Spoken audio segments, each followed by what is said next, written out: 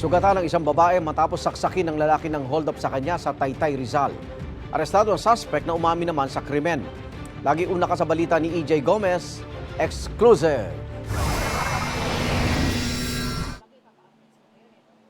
Balik kulungan ang 38 anyos na lalaking ito dahil sa pang-hold up umano sa isang babae sa Taytay, Rizal pasado alas 5 ng madaling araw kahapon.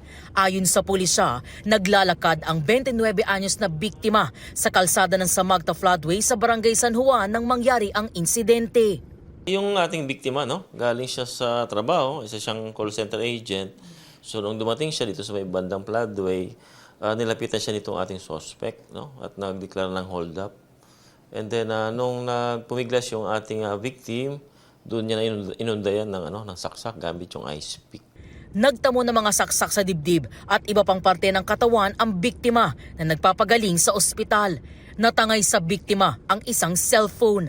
Sa follow-up operation ng Taytay Police, naaresto ang suspect na si alias JR sa kanya mismong bahay. Na-trace natin, nakita natin sa CCTV yung mukha nung suspect.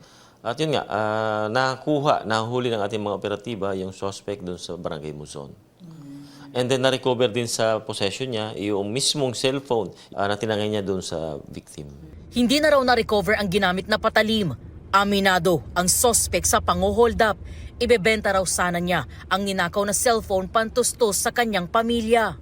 Dala lang po ng pangangailangan. Yun lang po yung araw na yun.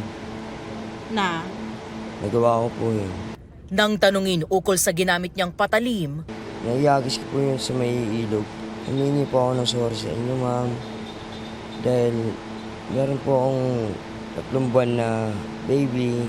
Tapos kailangan ko po ng pangupan ng bahay.